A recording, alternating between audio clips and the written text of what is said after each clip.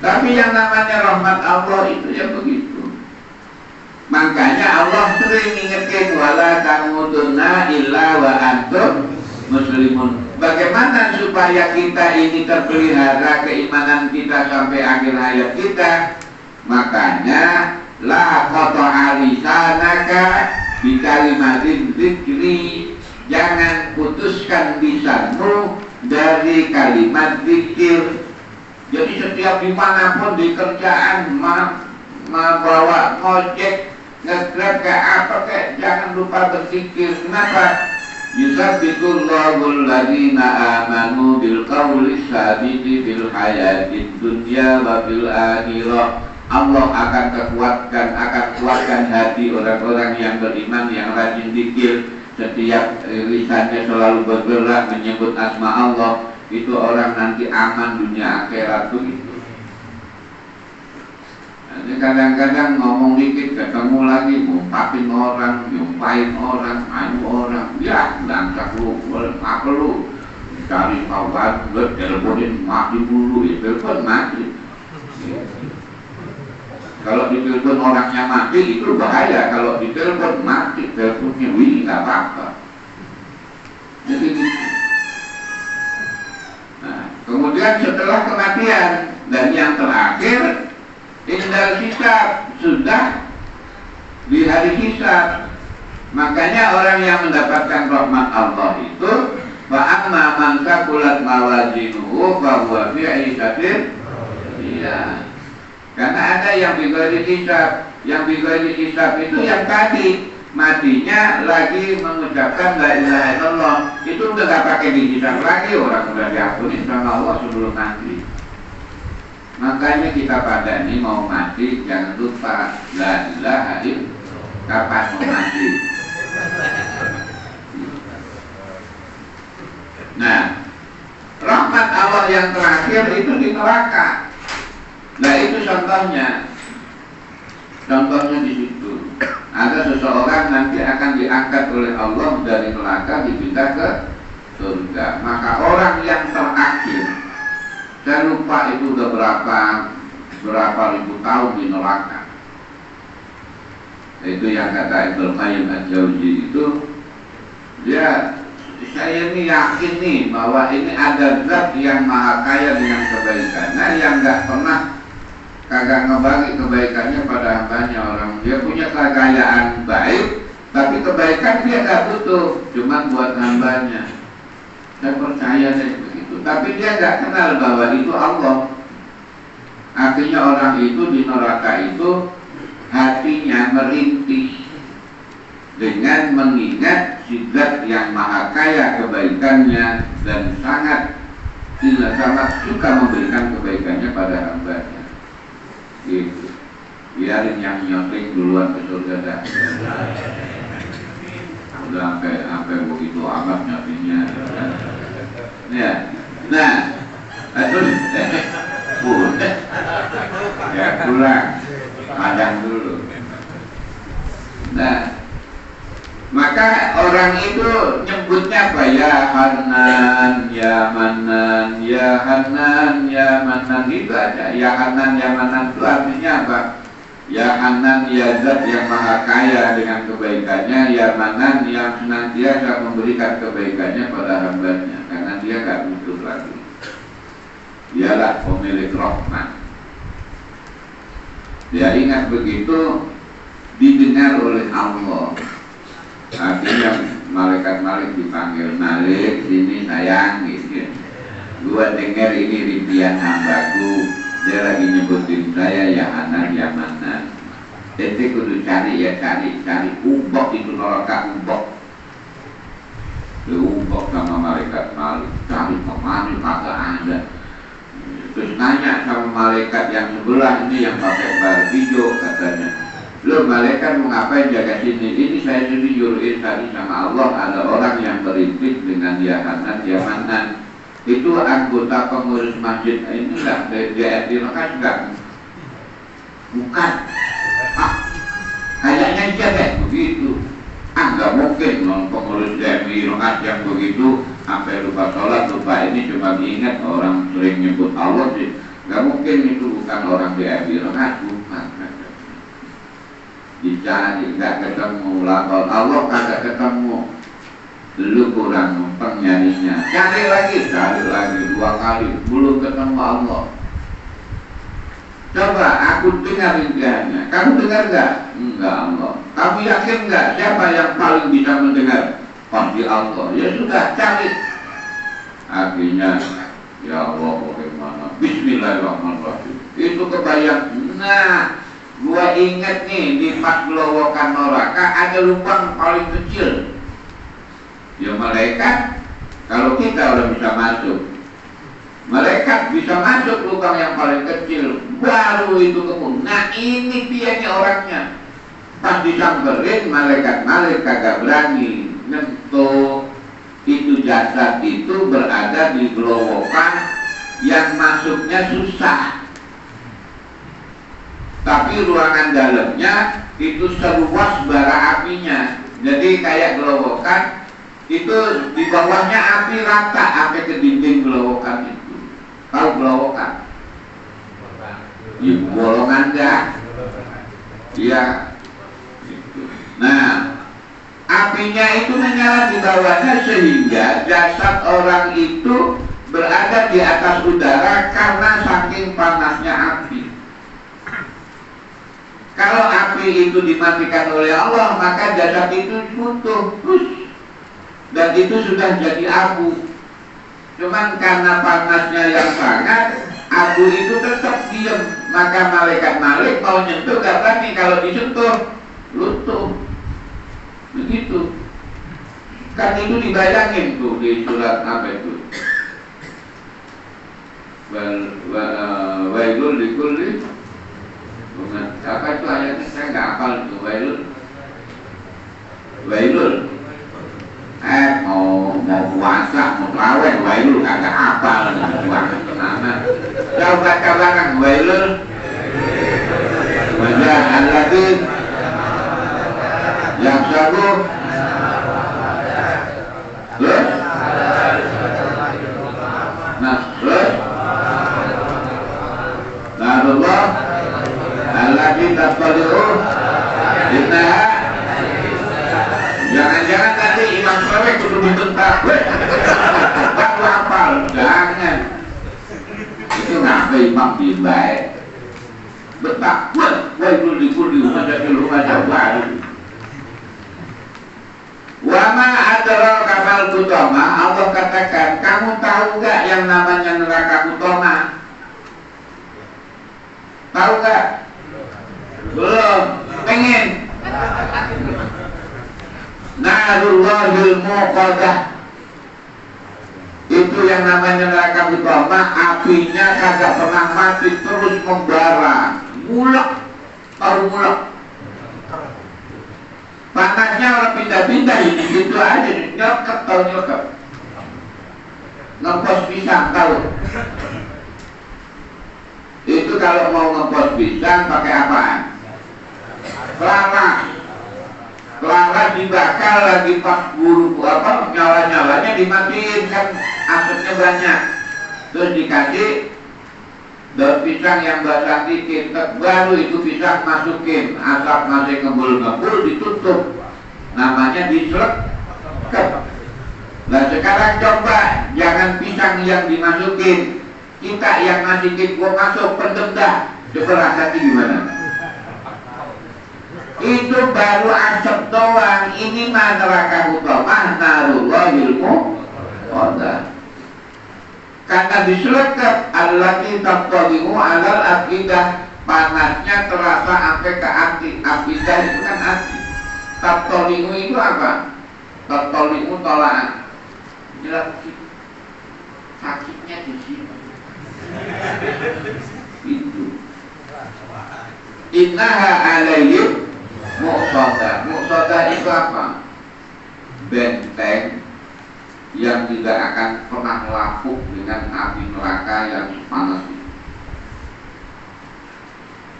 Bi amadin mumat dan setiap orang yang terbakar terikat kuat di tiang yang kokoh. Mau ya gitulah. Makanya orang tadi itu nggak berani disentuh oleh malaikat Malik. Akhirnya lapor, udah ketemu Allah, cuman saya nggak berani nyentuh karena kesentuh sedikit runtuh itu. Karena apa? Sudah menjadi aku. Ya sudah sebut namaku, angkatlah. Diangkat, ketika nyebut nama Allah itu belum disentuh, udah ngikut itu jasad. Jadi tanpa menyentuh fisiknya, dibawalah. Ini Allah orangnya.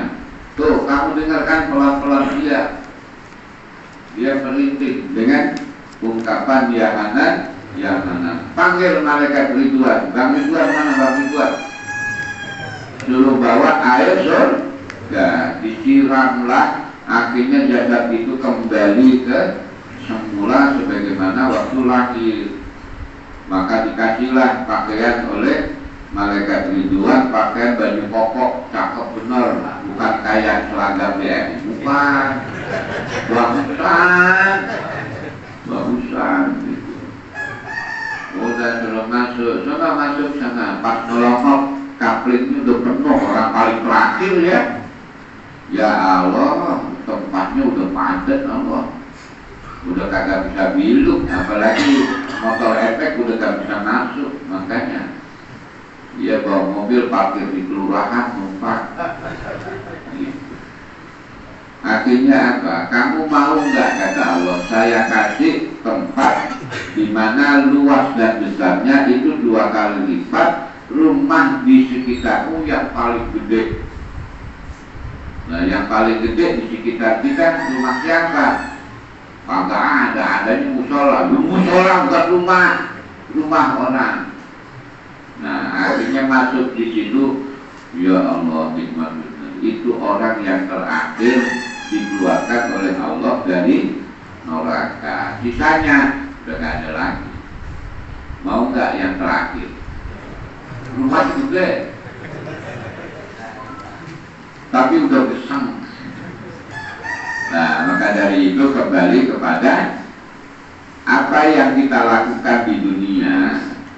Makanya kenapa sih Allah sampai berfirman sedemikian rupa? Allah tahu kepada kita kalau urusan ngomong paling depan, tapi kalau urusan lagu paling belakang.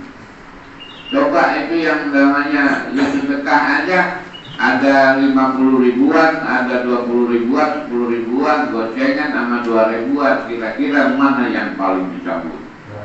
Tuh, ngaku kan? Emang lagunya pada begitu, pengennya mah rahmatnya sebelum mati. Ya udah mah yang begitu mah. Ini 2.000 kepingin diberi hisab, itu kan jauh bener lah. 2.000. Allah madfinal jannata bighairi hisab, ya Allah masukin saya ke surga tanpa dengan hisab. Emang amal itu berapa?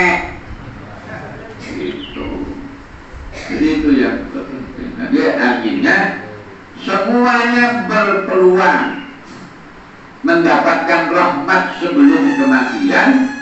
Ya kalau terpaksa ya ketika mati. Kalau kira-kira kita punya anak yang rajin sholatnya, rajin ngedoanya, aman kita. Anak orang punya, sama tetangga gede, apes, kagak ada yang ngedoain.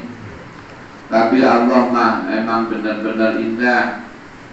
Ada tetangga satu, di sholatnya mah jarang, cuma doanya sering. Allahumma fil muslimin wal muslimat wal mu'minin wal mu'minat. Sampai yang kagak kenal dia doain itu, pintarnya Islam tuh begitu tuh. Ya kita sendiri kalau ngedoa Allahumma fil muslimin wal muslimat wal mu'minin wal mu'minat, emang pada kenal itu? Enggak kan?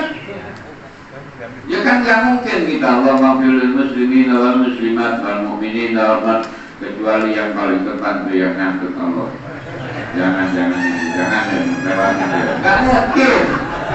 Apa nih? Kenapa? Yang ngantuk, yang tertidur tetap dapat. Enaknya itu jadi Islam itu begitu. Makanya jangan longgarkan keislaman kita kapanpun dimanapun kita ada. Dan hiasi bibir kita itu dengan zikir kepada Allah Subhanahu wa Ta'ala. Ini saya kira intinya. Mudah-mudahan kita senantiasa terpelihara keimanan dan keislaman kita, kesatuan dan persatuan kita, apalagi labelnya udah pakai penang DMI lantai bernas. Itu jaga itu ya. Ya kalau kira-kira ada yang usil, ada yang sedikit, udah maafin aja, jangan disumpahin. Masa DMI nyumpahin? Nyumpahin orang itu jangan, itu sama ngebuang amal kita. Karena Allah marah itu, jangan suka nyumpahin orang buruk, ya. Allah marah, itu kan udah ceritain itu yang dulu. Ya, pokoknya udah enak-enakan lah. Terus kalau di grup jangan nge-share yang macem-macem. Ya kira-kira ini saya mantau.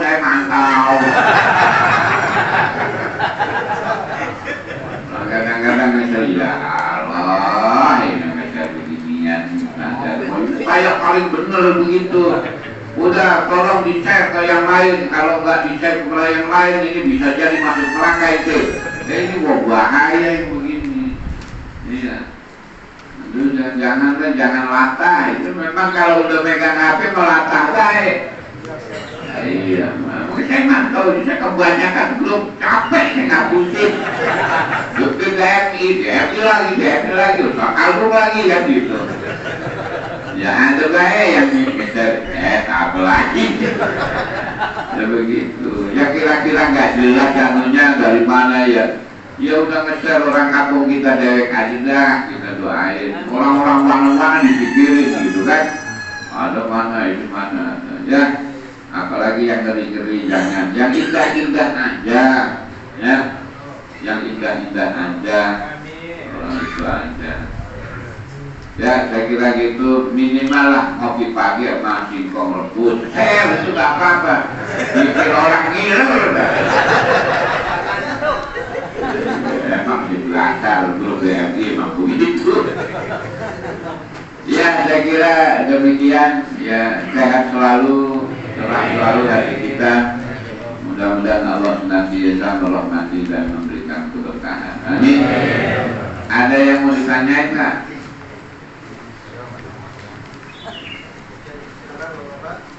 Boleh Pak tanya. Ya, silakan. Nama saya Pujiran dari Musola Mijan. Ya. Yang kami pertanyakan Pak Ustadz,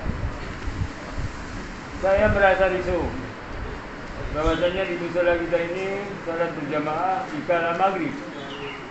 Ini banyak anak-anak yang balita. Maka dari itu kekhusyuan salat tentunya kurang. Ini kita minta pendapat kepada Pak Azan Mustafi. Nah, bagaimana itu Pak? Ya, jadi gini. Ini pertanyaan singkat, jawabnya ribet.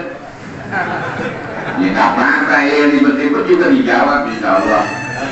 Ada yang masalah tarbiyatul aulad. Tarbiyatul aulad itu mendidik anak kecil, anak balita. Anak balita itu nggak tahu apa-apa. Anak balita itu nggak tahu apa-apa, ngeribetin malah. Tapi kalau kita biasakan, kenapa anak baru lahir itu kudu diadain? Itu sebenarnya awal kita disuruh membiasakan, memperdengarkan kalimat-kalimat thayyibah.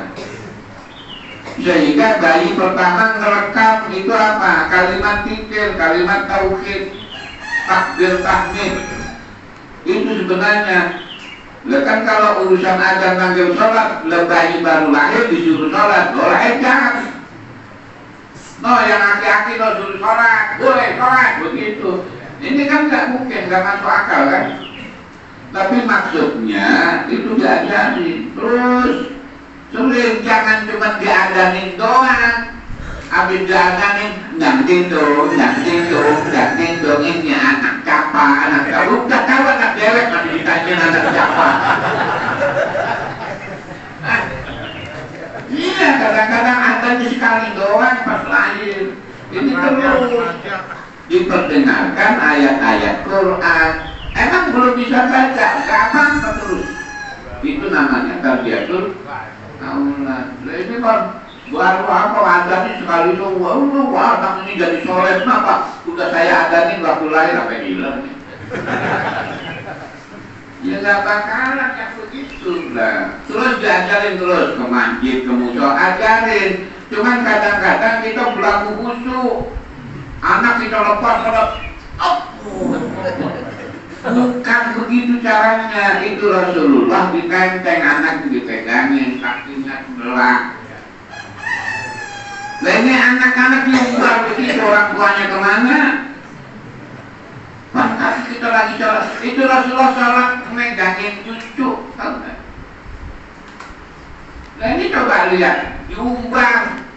Terus anak-anak lari-larian kita biarin. Lalu bagaimana anak menjadi anak yang tertitik, orang kita biarin, kita ubah. Giliran kepentok aja ke tembok belum, aduh anaknya, ini musolanya perlu dirubah.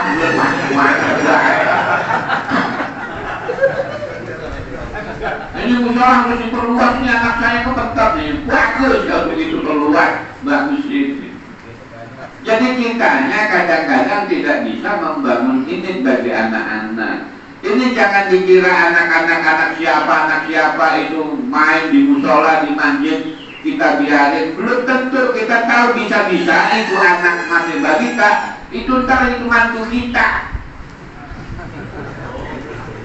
Saya udah gedean dikit, dia melancong begini, dah, lah elo tahu, paling bandel masjid ya, iya.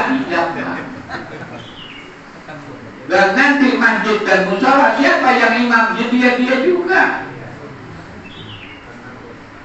Jadi kita ini nanti akan dituntut oleh Allah. Ngapa lu biarin itu anak-anak liar begitu?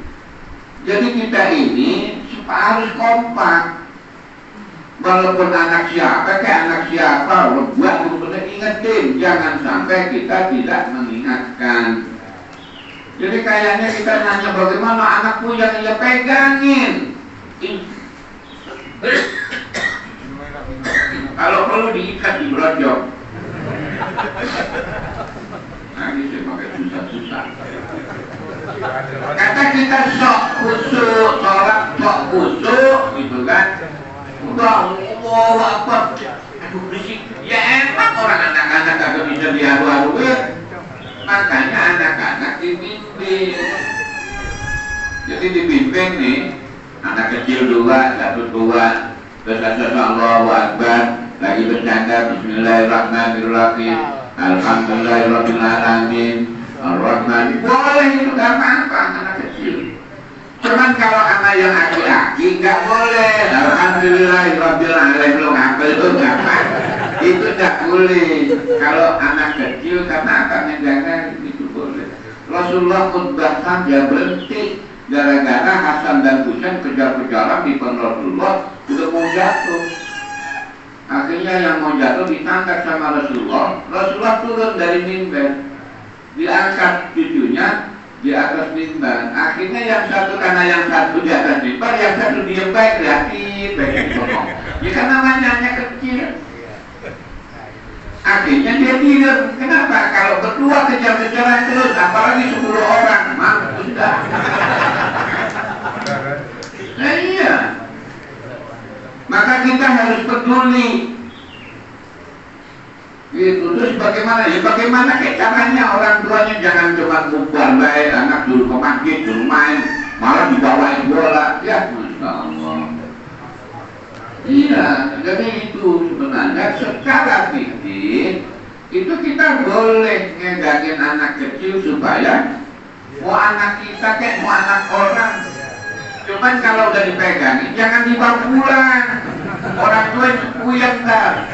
Itu pegangin pegang pulang kan lu pegangin lu sholat lu bawa pulang. Jangan anak orang. Gitu. Jadi itu sebenarnya kenapa? Kita menganggap bahwa ngalu-ngaluin seperti itu batal sholat kita, enggak.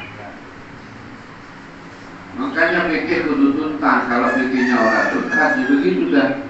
Nah bagaimana mau puyak udah kagak diundang, dia datang, dia adu-aduin, dia tetap baik, ya namanya juga anak kecil, belum punya pikiran. Nah kalau yang udah aki-aki dibilangin masih wakang baik, nah ini yang begini nih, dikat. Gitu. Jadi gitu ya, jadi nanti anak-anak itu harus dibimbing. Ini musola, adik-adik, anak-anak harus hormat, ini rumah Allah. Dan dia mah kagak tahu ini rumah Allah, ke rumah siapa, yang penting luas aja, kagak ada meja, kagak ada main bola, sudah jalan. Kenapa? Emang kita umbar, enggak kita arahin. Ada guru ikra, guru PPK, urusan ngaji mah ngaji, tapi urusan main diumbar lagi, sama aja. Ngajinya mah ngaji, tapi akhlaknya tidak di. Nah, ini satu contoh, makanya ya dalam pendidikan tarbiyatul aulad itu seperti itu. Nah, sekarang ketika Rasulullah ditanya, ya Rasulullah, di mana sih mendidik anak kecil? Rasulullah, gua nggak punya anak kecil saya mati semua. No, Ali bin Abi Thalib no punya anak namanya Hasan Hussein, dari mulai kecil sampai gede. Itu akhirnya Abdullah bin Mas'ud nanya lah, apa ada ilmu apa nanya sama Ali. Saya nanya sama Rasulullah mendidik anak kecil, kata surga ya Ali. Saya emang punya anak, tapi ini Hasan dan Husain malekat sama kakeknya nanya kakeknya.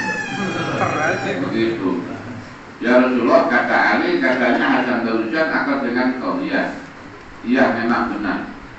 Aku yang sering membimbing Hasan dan Husain. Tapi datanglah ke Ali. Ali akan aku berikan hak untuk menjawab. Akhirnya balik lagi ke Ali, bolak-balik. Akhirnya Ali begini.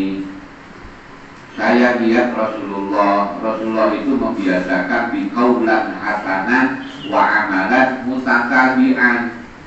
Apa? Qaulan hasanan, anak mah nggak tahu apa-apa. Dikasih tahu begini juga tetap aja masuk kuping kanan, keluar kuping kiri gitu. Nah ini tetap aja qaulan hasanan.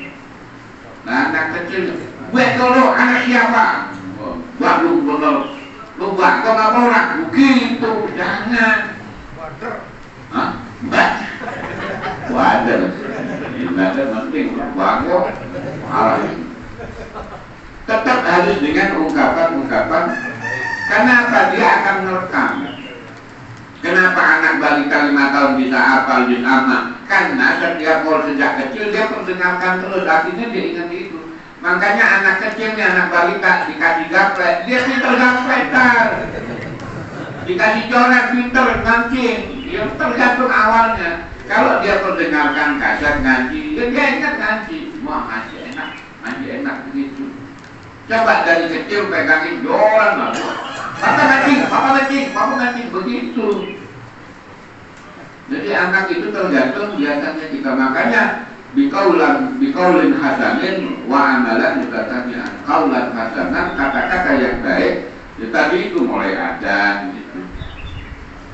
Jadi jangan ingetin anak kecil nih maju, woi, bakat, woi, bengok, lu kayak ayam aja belum, jangan itu gak bagus.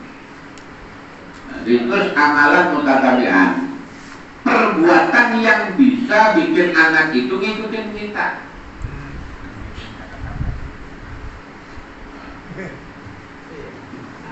Ngikutin.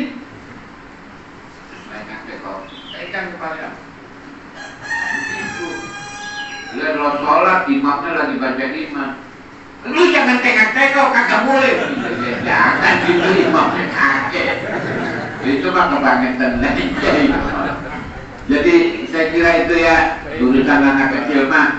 Anak siapa kek, karena nanti kita akan dituntut tanggung jawab kita. Lu ngapa itu anak lu biarin, itu gara-gara lu biarin jadi belangsak. Nah, kita ini.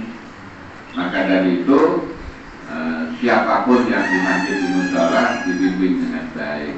Kompakkanlah antara guru TPA-nya, pengurus musholanya, pengurus masjidnya, kompak, jangan itu urusan orang gurunya tuh yang tahu, maka boleh dia udah dibuayal juga, maka jangan begitu. Ya kan tuh, mana anak guru TPA-nya baru belajar ada lagi ya apa ya gitulah ya, saya kira gitu ya. Udah jam 10 ini. Ada lagi? Cukup ya? Iya tahu mau ngopi kan? Ya saya kira demikian. Ya mudah-mudahan ya walaupun kadang-kadang kita berusaha kursi ya utama, tapi tidak menghilangkan kenikmatan kita. Demikian, mari kita akhiri dengan doa. Semoga Allah Subhanahu wa Ta'ala meridai kita semua. Al-Fatihah. Bismillahirrahmanirrahim. Alhamdulillahirabbil alamin. Arrahmanirrahim. Maliki yaumiddin. Iyyaka na'budu wa iyyaka nasta'in. Ihdinas siratal mustaqim. Shiratal ladzina an'amta 'alaihim ghairil maghdubi 'alaihim waladdallin. Allahumma shalli wa sallim 'ala sayyidina Muhammad. Alhamdulillahirabbil alamin. Hamdan yuwaffi ni'amahu wa yukafi majidah. Ya Rabbana lakal hamdu kama yanbaghi li jalalika wa 'azimi sultanik. Allahumma ighfir lana wa liwalidayna warhamhuma kama rabbayana shighara. Wa li jami'il muslimina wal muslimat wal mu'minina wal mu'minat al-ahya'i minhum wal amwat. Allahumma ja'alna minal mu'minin al-muslimin, muslimin al-amilin, amilin al-mukhlisin, mukhlisin al-muhsinin birahmatika ya Rahman ya Rahim ya Tawwab alaina innaka antat tawwabur rahim. Rabbana atina fid dunya hasanah wa fil akhirati hasanah wa qina adzabannar. Walhamdulillahi rabbil alamin. Wallahul muwaffiq ila thoriq. Assalamualaikum warahmatullahi wabarakatuh.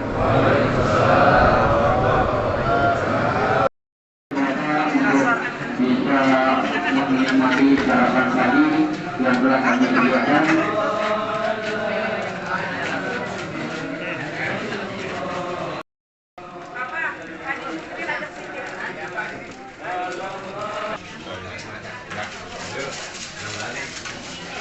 Kenyang ya kenyang. Mang aja. Iya Mang. Ya. Kayaknya kan kenyang.